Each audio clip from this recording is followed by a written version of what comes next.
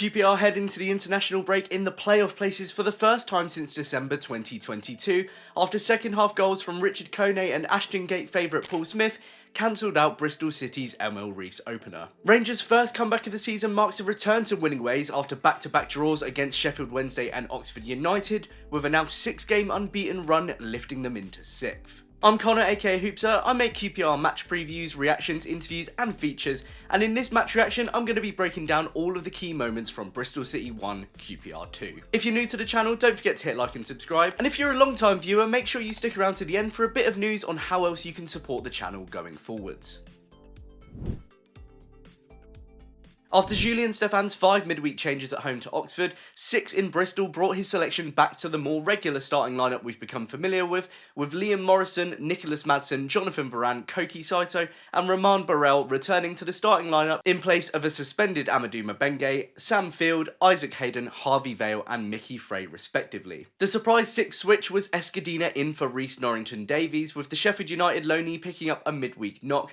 Though with the club announcing that he's expected back for Millwall in a fortnight, it sounds more like they opted to give a player with recent injury woes an early break, having started every match since his arrival. The first half an hour that led to Bristol City taking the lead was very much a mixed bag for Rangers, because while the Hoops spent decent passages on the ball trying to threaten, it was only really the home team that truly posed any danger at goal. Key to QPR's game plan and working tirelessly from the first whistle was Borrell, a player his teammates continually tried to hit with long balls and one who frequently got himself into good spaces in the opening minutes, but he was a little bit too trigger shy to turn it into anything for Bristol City to truly worry about. The Robins dealt the first real blow on 14 minutes, and it showed the first creaks in a slightly makeshift Ars defence. Anis Mehmeti played a simple ball into the box for Riis that looked like Morrison would clear all day long, but he was slow to react, and the striker's cut back to a totally unmarked Scott Twine nearly proved fatal until the number 10 blasted the ball high into the away fans. This pattern unfortunately repeated in the next 15 minutes, the Ars working the ball around the pitch well,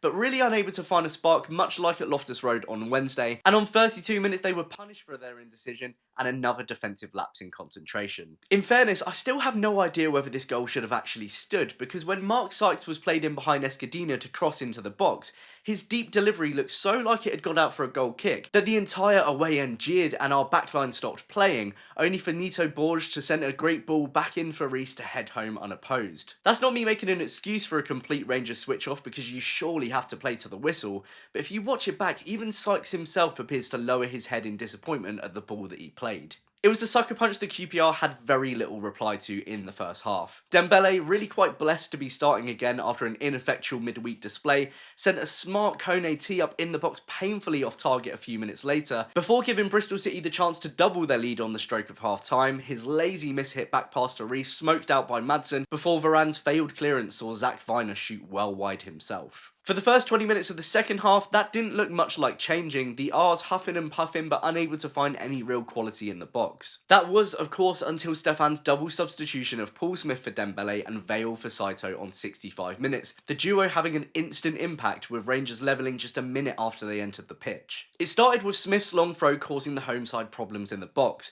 a failed header nearly dropping perfectly for Cook, only for the ball to be cleared long for Escudina to collect in our half. When the Brazilian launched it back upfield though, Jimmy battled for it in the box and Vale quickly picked it up out on the wing before sending in a delicious cross, the Bristol City backline scrambling to clear it once more, only for Vale to reclaim it once again, and this time he made no mistake, putting in an even better ball than his first that evaded every shirt in red and was duly rifled into the top of the net by Kone. Having so sorely been needing a creative presence, Vale came on and provided it within seconds, and if he doesn't return as the starter in this side after the break, I'd be very surprised. Kone hadn't even had the best of games, and I remain unsure after the last few about whether us playing 2 strikers is the best way to get him scoring, but good centre forwards can score whether they've had a good game or not, and he did exactly that. With 25 minutes to go, the Ivorian and his side found a new lease of life after our leveller, and he had 2 great opportunities straight after to take the lead. The first when he mopped up a loose ball in our own half and played an excellent through ball to Borrell to set the Rs on the counter, the Jamaican international picking out his strike partner in the box, but Kone shooting softly into the outstretched leg of Adam Randall. Jimmy Dunn then found Kone again straight after with a good cross, but he couldn't steer an ambitious volley on target. Bristol City weren't quite done, and they had 4 good chances to restore their lead over the next 10, starting with Mehmeti dancing past all of Madsen, Smith and Cook, before guiding his low shot just wide of Paul Nardi's right post. The pitch completely opened up for them again when Yu Hirawaka cleverly dummied to create acres of space for Ross McCrory out on the right, Escudina getting in a vital block before Rob Atkinson headed wide of the post, and McCrory was so nearly the home hero once more when he cut inside the box and lashed wide of the right post. Paul Patrick Smyth clearly took this personally. There's only one hero in this stadium, and he announced himself so from the halfway line 10 months ago. On this occasion, he decided to remind everyone with a winner from just 6 yards, and once again it came just 60 seconds after Julian Stéphan's next substitute of Ryan Colley for Kone. This goal was a beautiful team moment, but it was Smyth who started and finished it, twisting and turning outside the box before feeding Colley, the Algerian international tucking it inside first time to Vale, and the creator of the equaliser finding a late arriving Dunn before the right back put in a beautiful deep cross that was headed brilliantly into the right hand corner by the Northern Irishman. Honestly, if you're letting Paul Smyth score a header, you deserve everything you get. Cue plenty of bodies on the stairs in the away end, and of course, a Smithy backflip. 12 long minutes to go. Hirawaka sends his free header over the bar on 90 minutes. Steve Cook absolutely blasts through substitute Sinclair Armstrong, to which the away end revived the ex-Rangers forwards chant. Final sub Mickey Frey runs around like a madman. Ryan Colley pumps the ball long, and it's game over. It's matches like that you walk away from, and it reminds you how fun and unpredictable that football can be. Until the moment of the equaliser, I just couldn't see us getting back into this one.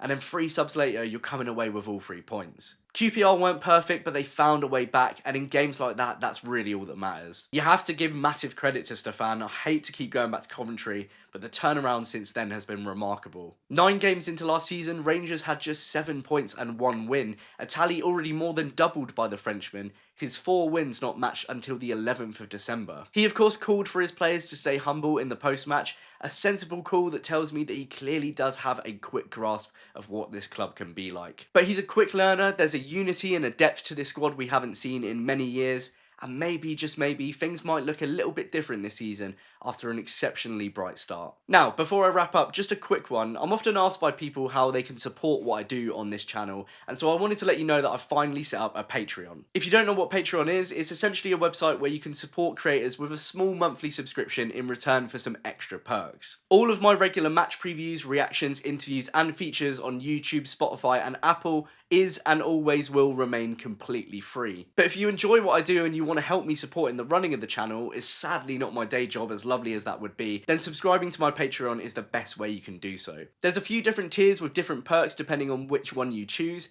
There's early access to interviews, an exclusive monthly podcast, and even your name on the thank you list at the end of every video and podcast if you go for the highest option. Anyone who subscribes will be helping me to keep improving my offering and putting more and more time into my QPR content, and so the link to sign up is down in the description and comments if you want to check that out. As always, thank you so much for watching and for all of the comments and support, it genuinely means so much. Anyway, that's all from me. I'd love to hear what you thought about this performance, so let me know in the comments down below. Of course, if you're completely new to the channel, please make sure you hit like and subscribe too if you've liked what you've seen, and I'll see you again soon. Cheers!